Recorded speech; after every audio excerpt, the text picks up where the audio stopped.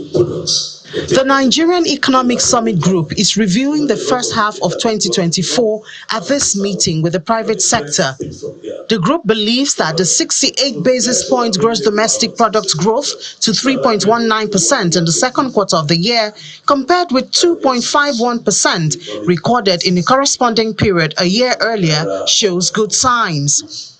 The panel here believes that the number could have been better if threats to supply of food were handled.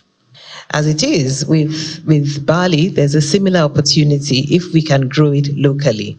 And we've tried to do that. We've actually kicked off that endeavor in Jigawa, in Kano, a number of the northern states.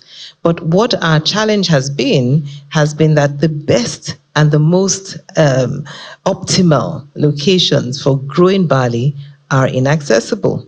And they're so inaccessible because of the insecurity. Challenges motivate innovation, and this has happened in dealing with security. Everybody these days tends to be in charge of their own security, as it were. So what you work with is we have local vigilantes. We'll tell the people in the community that, listen, this is your community.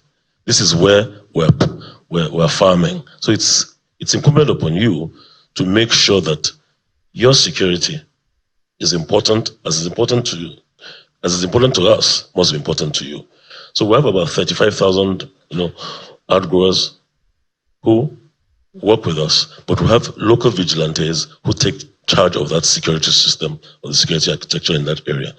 Again, government supports with the military and of course the police.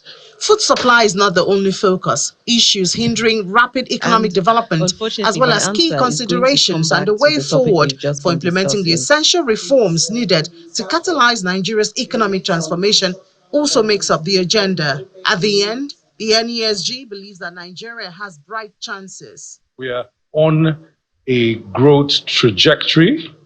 Lots of work is required, especially because the sectors that historically were drivers of growth have slowed down still due to macro pass-through risks that were encountered due to macroeconomic volatility.